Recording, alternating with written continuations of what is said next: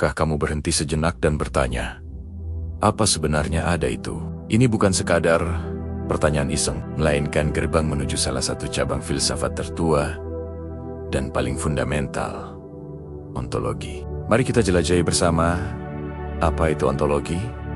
Mengapa pertanyaan ini begitu penting? Dan bagaimana ia membentuk cara kita memandang dunia dalam sebuah perjalanan singkat namun mendalam. Ontologi adalah studi tentang hakikat keberadaan, tentang ada dan menjadi. Bayangkan sebuah kanvas kosong, di mana garis-garis abstrak mulai terbentuk, memisahkan antara konsep ada dan tidak ada. Itulah inti dari ontologi, upaya manusia untuk memetakan realitas itu sendiri, mencari tahu apa saja yang bisa kita sebut sebagai eksis, dari kursi yang kita duduki, hingga gagasan tentang keadilan yang kita perjuangkan. Pertanyaan mendasar, seperti apa yang ada? Dan bagaimana kita tahu sesuatu itu ada, telah menghantui pikiran manusia selama ribuan tahun.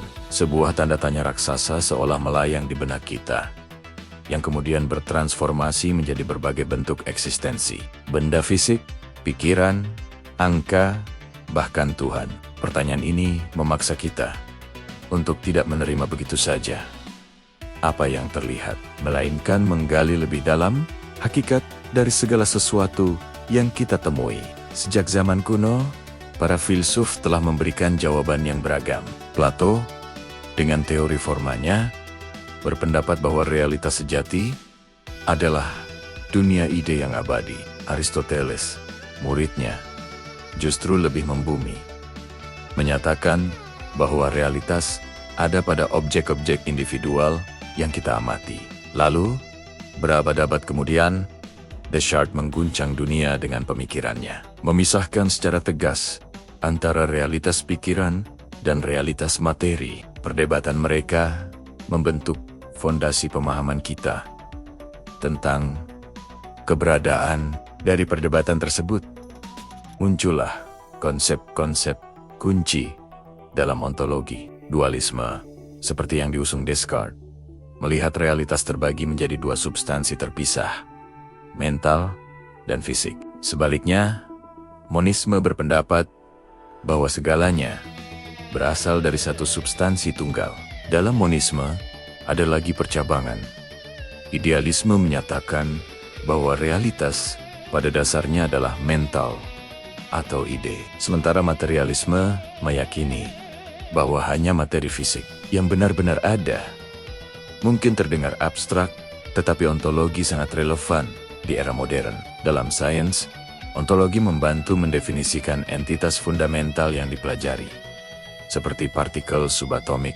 Di dunia teknologi, konsep ontologi menjadi dasar bagi pengembangan kecerdasan buatan AI dalam memahami dunia dan struktur data, serta membangun dunia realitas virtual yang meyakinkan. Bahkan dalam kehidupan sehari-hari, cara kita memandang diri, kita apakah sekadar tubuh fisik atau gabungan tubuh dan jiwa, adalah sebuah sikap ontologis. Pada akhirnya, ontologi mengajak kita untuk melakukan refleksi.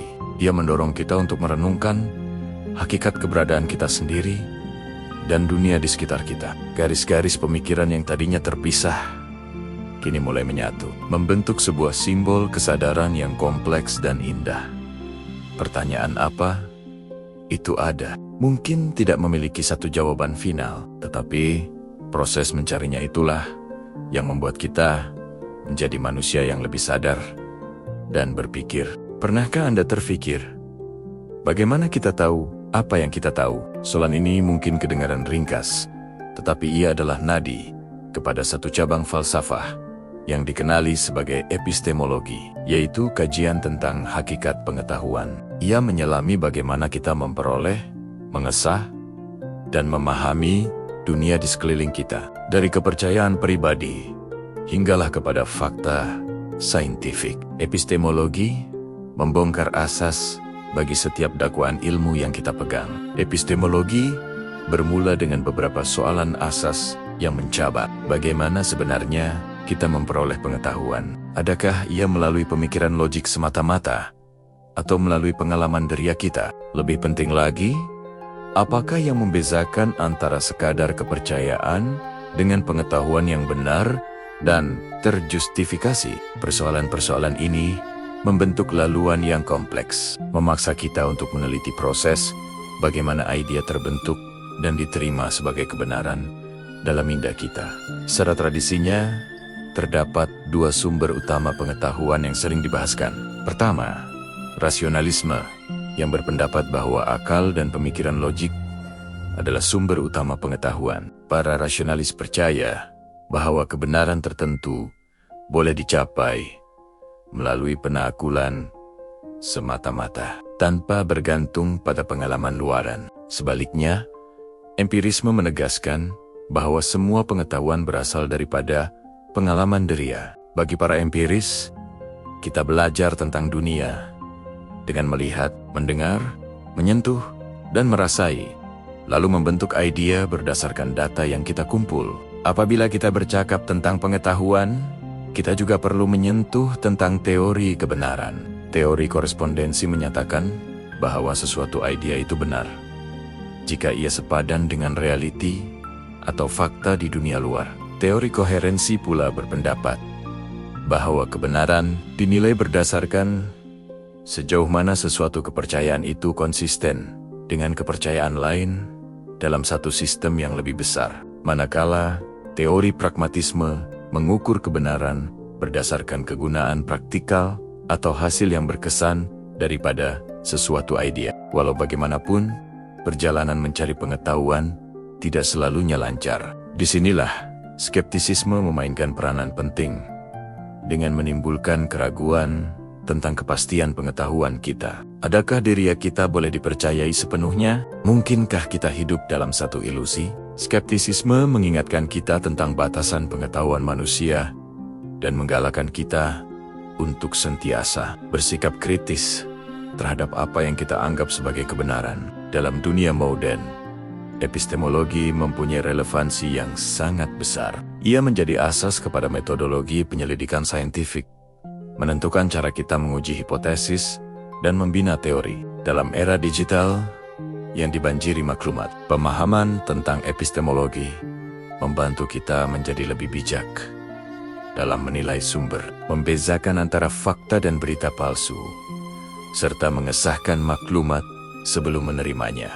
Maka, marilah kita berhenti sejenak dan merenung. Bagaimana Anda sendiri memperoleh dan mengesahkan pengetahuan setiap hari? Dengan memahami prinsip epistemologi, kita bukan sahaja menjadi lebih berilmu, tetapi juga lebih bijaksana dalam menavigasi lautan maklumat yang luas ini. Karena, pada akhirnya, pencarian pengetahuan adalah perjalanan tanpa henti menuju pemahaman yang lebih mendalam tentang diri kita dan alam semesta. Sejak kapan manusia mulai bertanya, apa itu kebaikan dan apa itu keindahan? Pertanyaan ini membawa kita pada aksiologi, cabang filsafat yang secara mendalam mengkaji tentang nilai dan makna. Ini bukan sekadar teori, tetapi sebuah penjelajahan tentang apa yang kita anggap penting dan berharga dalam hidup. Aksiologi adalah kompas moral dan estetika yang memandu kita memahami dunia, bukan hanya dari apa yang ada,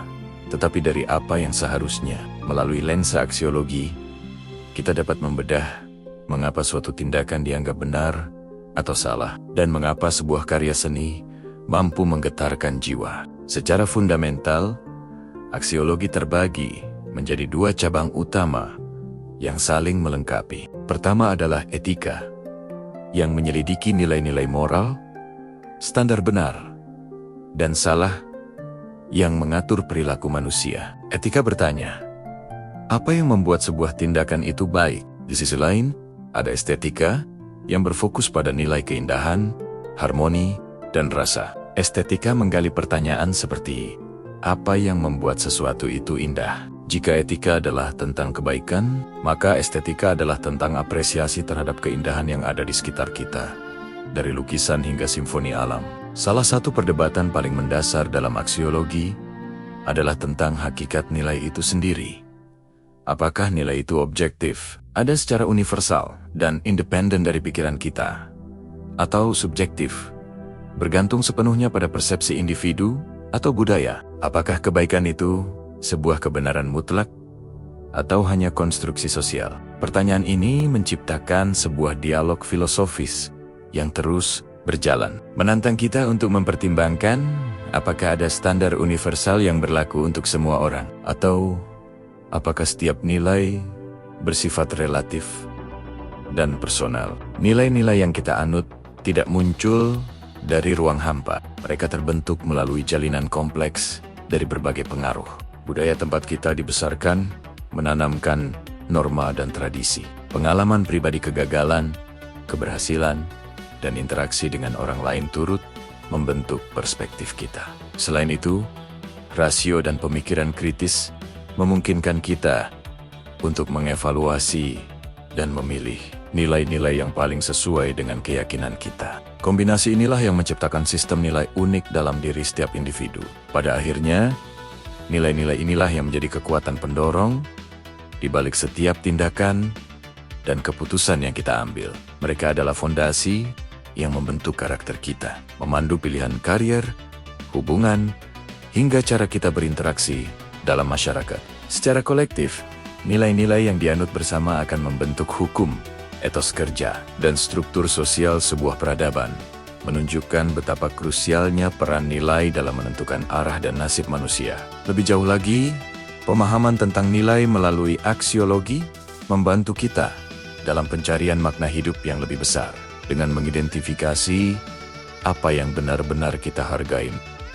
Apakah itu keadilan, cinta, kreativitas, atau pengetahuan kita dapat menetapkan tujuan hidup yang otentik. Aksiologi mengajak kita untuk tidak hanya menjalani hidup, tetapi juga merenungkan tujuan eksistensi kita, menyatukan kepingan nilai menjadi sebuah makna yang utuh. Kini, mari kita berhenti sejenak dan merenung. Nilai-nilai apa yang menjadi pegangan Anda? Bagaimana nilai-nilai tersebut telah membentuk siapa diri Anda hari ini? Dan jalan mana yang Anda tempuh? Perjalanan memahami nilai adalah sebuah eksplorasi pribadi yang tak pernah berakhir. Sebuah peta yang terus kita gambar untuk menavigasi kompleksitas kehidupan. Sejak kapan manusia mulai bertanya, mengapa langit berwarna biru? Atau bagaimana bintang-bintang tetap tergantung di angkasa?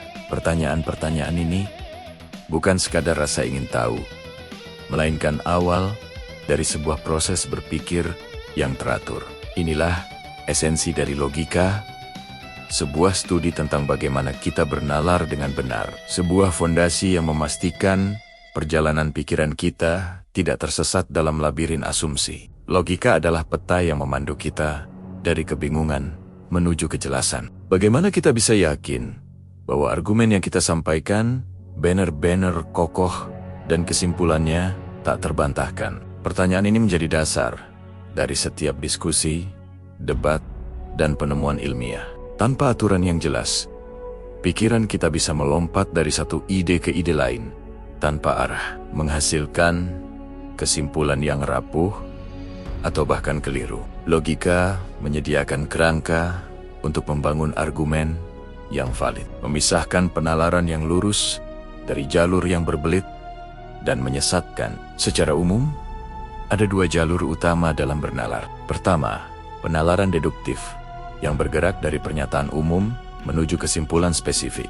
Jika semua manusia butuh oksigen dan Anda adalah manusia, maka Anda pasti butuh oksigen. Ini adalah struktur berpikir yang kokoh. Sebaliknya, ada penalaran induktif yang berangkat dari pengamatan spesifik untuk membentuk generalisasi. Jika setiap angsa yang Anda lihat berwarna putih, Anda mungkin menyimpulkan bahwa semua angsa berwarna putih, sebuah pola yang bisa diperluas meski tak selalu mutlak. Untuk memahami logika, kita perlu mengenal elemen dasarnya: proposisi, premis, dan kesimpulan. Proposisi adalah pernyataan yang bisa bernilai benar atau salah. Premis adalah proposisi yang kita anggap sebagai dasar argumen. Sementara kesimpulan adalah proposisi yang ditarik dari PREM is premise tersebut. Bayangkan ini seperti menyusun balok-balok bangunan, premis adalah fondasi, dan kesimpulan adalah struktur yang berdiri di atasnya. Namun, jalan pikiran kita tidak selalu lurus. Kita sering terjebak dalam kesalahan logika atau fallacies. Contohnya seperti menyerang pribadi lawan bicara, bukan argumennya, atau menganggap sesuatu benar hanya karena banyak orang mempercayainya. Kekeliruan ini bagaikan simpul kusut dalam benang penalaran, membawa kita berputar-putar dalam lingkaran tanpa akhir dan menjauh dari kebenaran. Jauh di masa lalu, filsuf Yunani kuno, Aristoteles, meletakkan dasar-dasar ilmu ini, hingga dijuluki sebagai Bapak Logika. Karyanya menjadi fondasi berpikir selama ribuan tahun. Seiring waktu, logika terus berevolusi, melahirkan logika simbolik modern yang menjadi bahasa dasar bagi komputer dan kecerdasan buatan. Dari laboratorium sains, penulisan kode program, hingga perdebatan sengit di parlemen dan pengambilan keputusan sehari-hari, logika ada di mana-mana. Ia adalah alat universal yang menghubungkan berbagai disiplin ilmu, membantu kita memecahkan masalah, mengevaluasi informasi, dan membangun dunia yang lebih teratur. Logika bukanlah sekadar teori abstrak, melainkan keterampilan praktis yang sangat relevan.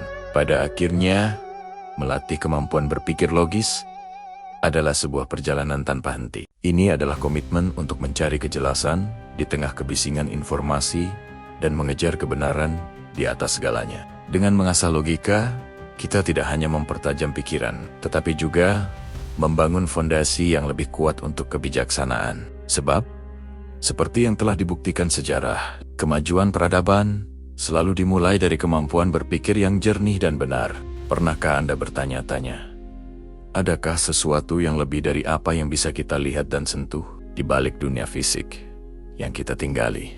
Tersembunyi sebuah disiplin yang mencoba menjawab pertanyaan-pertanyaan paling mendasar tentang keberadaan. Selamat datang dalam penjelajahan metafisika, cabang filsafat yang menyelidiki hakikat realitas jauh melampaui batas pengalaman indrawi kita. Metafisika mengajak kita untuk menembus lapisan-lapisan kenyataan, mencari esensi dari segala sesuatu. Disiplin ini bergulat dengan pertanyaan-pertanyaan fundamental yang telah menghantui manusia selama ribuan tahun. Apa sebenarnya hakikat keberadaan itu sendiri? Apa itu waktu dan ruang? Apakah keduanya nyata atau hanya ilusi persepsi kita? Apakah setiap peristiwa di alam semesta ini terikat oleh hukum sebab dan akibat yang tak terhindarkan? Pertanyaan-pertanyaan ini mengajak kita untuk berpikir di luar kerangka konvensional, merenungkan misteri yang membentuk fondasi alam semesta. Untuk memahaminya, kita perlu mengenal beberapa konsep kunci. Ada substansi yang merujuk pada esensi sejati dari sesuatu, hakikat yang tetap ada, meskipun penampilan luarnya berubah. Lalu ada kausalitas, prinsip yang menyatakan bahwa setiap kejadian memiliki penyebabnya, menciptakan rantai hubungan yang tak terputus. Dan ada juga universal, ide-ide atau bentuk-bentuk abstrak yang berlaku di mana saja dan kapan saja, seperti konsep keadilan atau keindahan itu sendiri. Metafisika seringkali membedakan antara dunia fisik dan non-fisik. Dunia fisik adalah segala sesuatu yang dapat kita amati dan ukur melalui panca indera dan alat-alat ilmiah. Namun, metafisika melangkah lebih jauh, mempertanyakan eksistensi realitas non-fisik, seperti kesadaran, jiwa, atau bahkan Tuhan.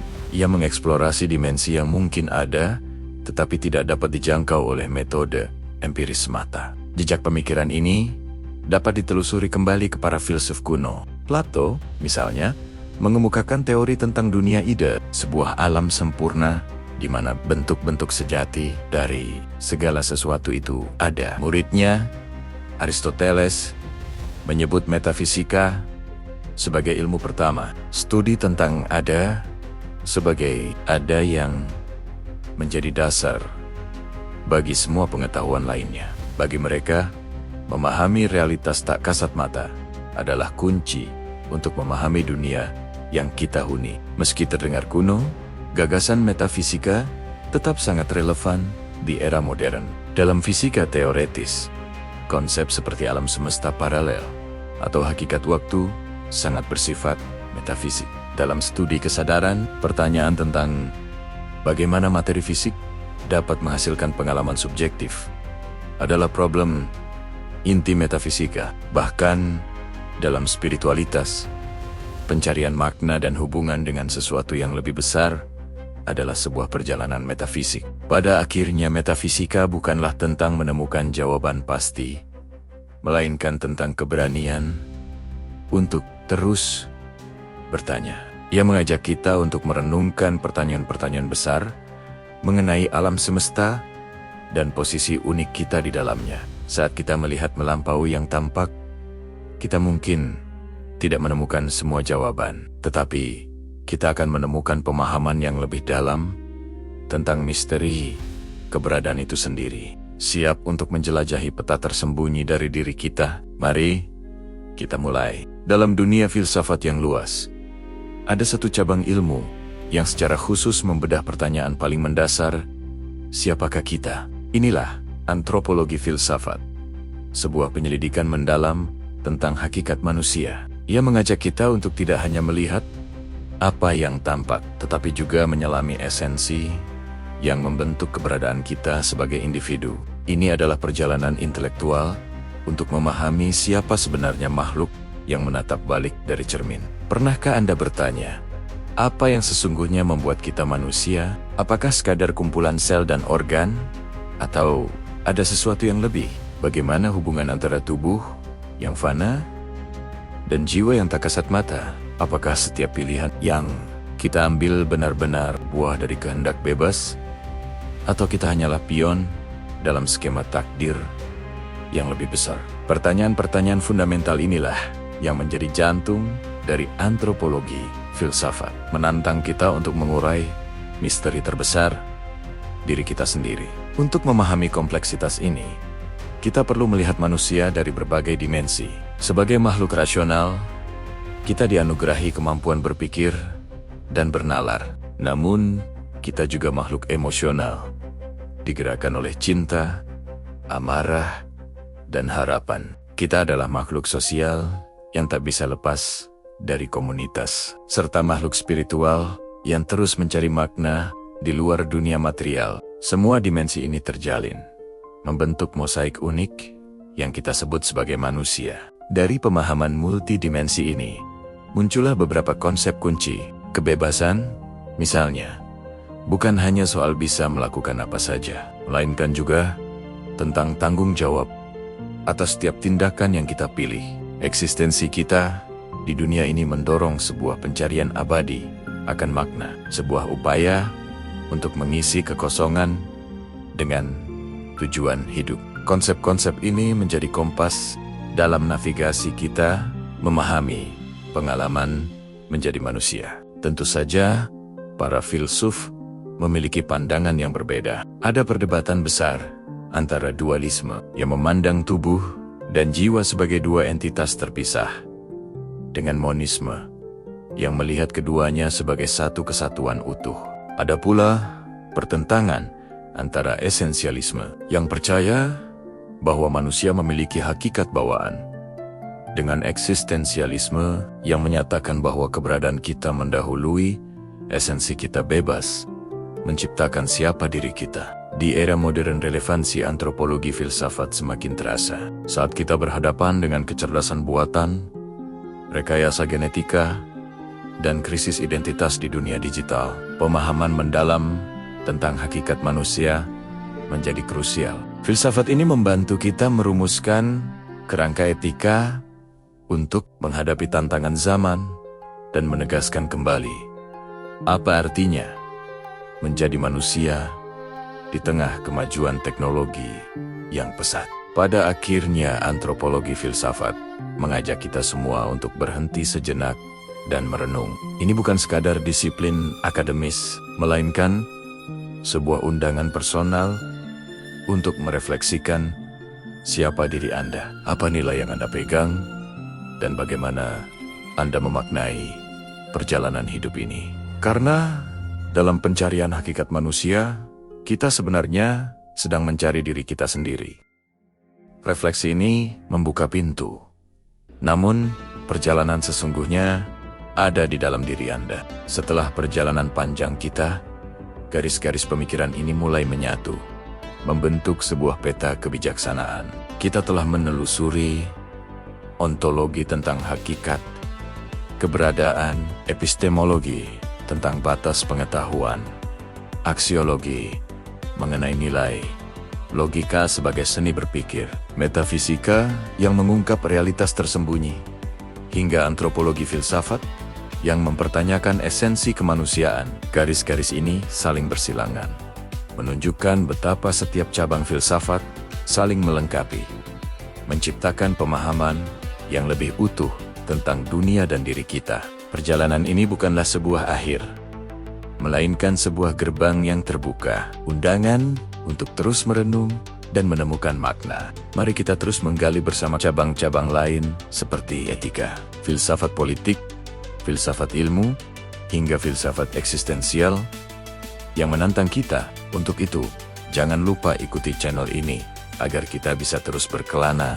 dalam dunia pemikiran. Bagikan juga pandanganmu di kolom komentar. Mari kita berdiskusi dan tumbuh bersama.